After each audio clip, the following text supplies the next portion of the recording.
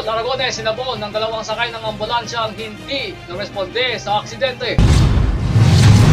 Cavite National High School sinuspinde ang face-to-face classes ngayong araw. Ano ang gore box at paano ito nagudyok sa dalawang bata sa pamamaril sa Tacloban? Sa Metro Minion, sangayon ka ba na ibaba ang criminal responsibility sa edad na 10?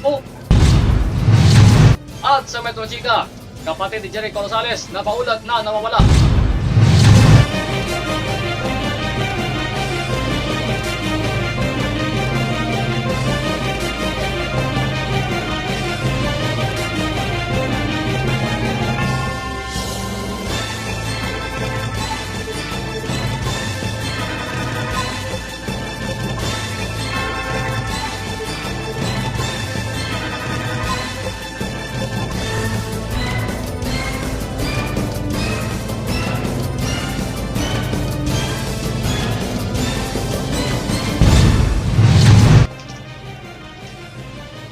Magandang gabi po, ito po ang Metro Balita, Metro Red Super Balita, mga balita sa loob ng Kuyasdan, patas na bantay ng pang-aaralan.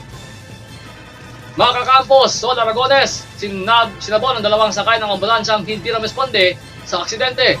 Ipinatawag ni Governor Sol Aragones ang dalawang sakay ng ambulansya ng Kapitolyo ng Laguna na hindi responde sa isang nadatan nilang aksidente. Ayon sa dalawa, may travel order sila para ipagawa ang sasakyan, kaya hindi kompleto ang gamit at hindi rin sila train para magresponde. Itong Webes, pinaharap sila ng gobernadora para magpaliwanag. Ayon sa dalawa, bumaba naman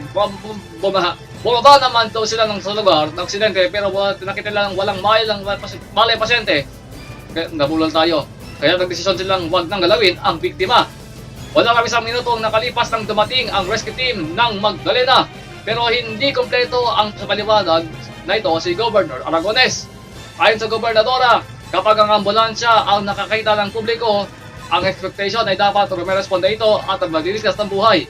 Sinabi rin niya kung alam ng mga sakay na hindi nila kaya, dapat tumawag na kagad sa operation center para humingi ng backup. Humingi naman ng pasensya ang dalawa kay Governor Aragones at inaming nagkamali sila. Willing daw silang tumulong kaya lang hindi sapat ang kakayahan nila noong oras na yon para sa kondisyon ng pasyente. Sa huli, nagbabala ang gobernadora, bawal ang gamitin ng ambulansya ng probinsya sa anumang bagay maliban sa tunay na emergency at bawal sakyan ng sino mang hindi health practitioner ay hindi trained sa pagsasalba ng buhay. Bawal din gamitin sa swimming, outing o anumang personal na lakad kahit pa ang Kapitolyo. Lahat ng personnel ay kailangang mag-training at sino mang lumabag ay paparusahan. Paiimbestigahan pa rin ni Aragones ang buong insidente para lumabas ang katotohanan at matutuparan dito ang lahat. Malinaw ang mensahe ni Aragones, ang ambulansya ay para sa pagliligtas ng buhay at walang excuse ang hindi pagresponde. Samantala, Cavite National High School sinuspende ang face-to-face ngayong araw. Sinuspende ng mataas na pamansang pang-aaralan Cavite o Cavite National High School ang kanilang taas sa ng taas ngayong araw, Hunyo 26, 2026, bunsod ng pananaksak na nangyari kamakailan. Sinabi rin ng paaralan na ang lahat ng mag-aaral ay kailangang dumaan sa counseling ukol sa nagsaksakan at upang mabigyan ng oras ang mga mag-aaral, mga tauhan at mga guro ng paaralan na magpahinga at gumaling mula sa trauma. Inaasahang sa Lunes ay babalik na ang klase sa naturang paaralan. Samantala, ano nga ba ang gore box at paano ito nagudyok sa bata sa pamamaril sa Tacloban? Ang naturang laro ay sinisisi ng ilan sa nangganap na barilan sa patunang paaralan sa naturang lungsod. Ito kaya sa aking report.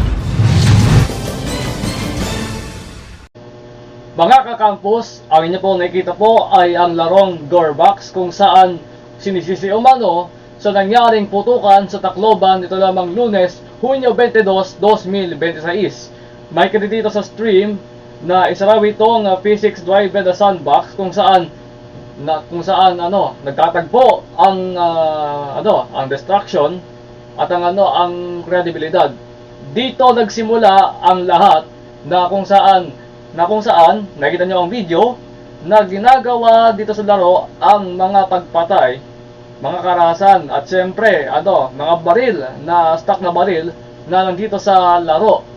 Sinasabi raw ito na ito raw ang naging sanhi kung kaya dalawa sa mga estudyante ay namaril sa lungsod ng Tacloban ito lamang Lunes, Hunyo 22, 2026. At makikita nyo naman na sa video pa lang ay makikita nyo ng violent na ang nilalaman ng laro.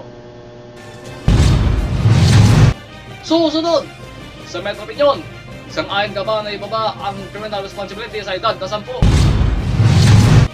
At sa Metro Chica, kapatid ni Jericho Rosales, nakaulat na nawawala. Nakatangan sa pagkabalik ng Metro Balita.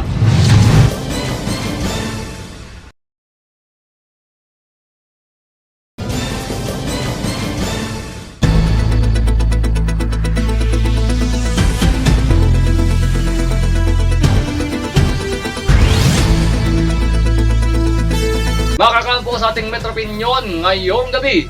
Matapos ang balikan sa San Jose National High School sa lungsod ng Tacloban nitong Lunes, ilang panukala na agad ang nais na isabatas, kagaya ng pagbaba ng criminal responsibility sa edad na 10. Hanggang kailan nga ba matatapos ang lumalalang karahasan sa pag-aaral sa Pilipinas? Bantay ng Metro, Aljor Aquino.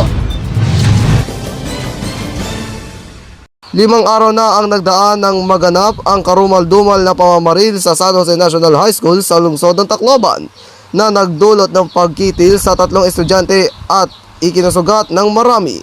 Matapos ang insidente, marami ang isinisisi ng mga magulang at ng ordinaryo mamamayan ng ating bansa. Una, social media. Sinasabi raw na sinisisi ng ilan ang social media na umano'y nagbibigay raw ng karahasan sa mga kabataan na gumawa ng krimen. Pangalawa, umanong larong Gorbox. Ang naturang laro ay sinisisi ng mga opisyal ng gobyerno na nagdulot daw ng karahasan sa dalawang namaril sa paaralan. Pangatlo, umano'y pinapalabas raw sa telebisyon. Nagdudulot daw umano ng karahasan ang ilang mga aksyon series na nakikita sa telebisyon kung saan ginagaya ang mga eksena. Kaya naman, maraming panukala na ang inihahain. Una, na ibaba ang criminal responsibility sa mga menor de edad sa 10 anyos alinsunod sa nais ni Senador Robin Padilla. Pangalawa, gawing batas ang Senate Bill na naglalayong ipagbawal ang bullying na inihain noon ni Senador Miriam Defensor Santiago. At pangatlo, ang magkaroon ng social media ban sa mga menor de edad. Kaya naman mga kakampus at mga kametro sa ating Metro Opinion ngayong gabi, sang-ayon ka ba sa panukalang ibaba ang criminal responsibility sa 10 taong gulang? I-komento po ang inyong opinyon sa Campus Watch FB page. Para sa Campus Watch, Aljor Aquino, Bantay ng Metro.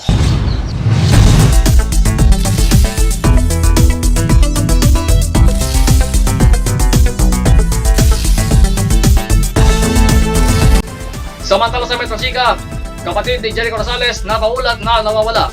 Humihingi ng tulong sa publiko si Jen Go upang mahanap ang kanyang mister na si Jeremiah Nuki Rosales, kapatid ng aktor na si Jericho Rosales, na ilang araw nang nawawala. Sa isang pahayag, sinabi nitong hindi na umano sumasagot si Jeremiah sa mga tawag at text dahilan upang lalong mabahala ang kanyang pamilya. Ayon pa kay Jen, nakatakdasalang pumasok si Jeremiah sa isang drug rehabilitation program bago ito nawala ng komunikasyon. Samantala, maaari naman kanya siyang makontak sakaling magkaroon ng impormasyon sa kinaroroonan ni Jeremiah. At yan po ang kabuuan ng mga pamparang balita sa mga labas ng Metro Manila, nangungunang bantay ng Metro. Para sa mga balita, mangyaring bumisita po sa Campus Watch Philippines.mystrikingly.com o di kaya mag-email sa campuswatchofficial@gmail.com. Kayo pwede makahingan din po sa online radio sa pamamagitan ng DZMON 945 sa Cavite at DZOM 927 sa Metro Manila. Ito po ang inyong lingkod, Arkin Juan de Vigaon. At makakampas sa mga Lunes, mas pinalakas na po ang ating Metro Balita kasama sina Arkin Cabiaon, Selena Asmara at Christine Sulat. Ito po ang mga balita sa Metro Balita.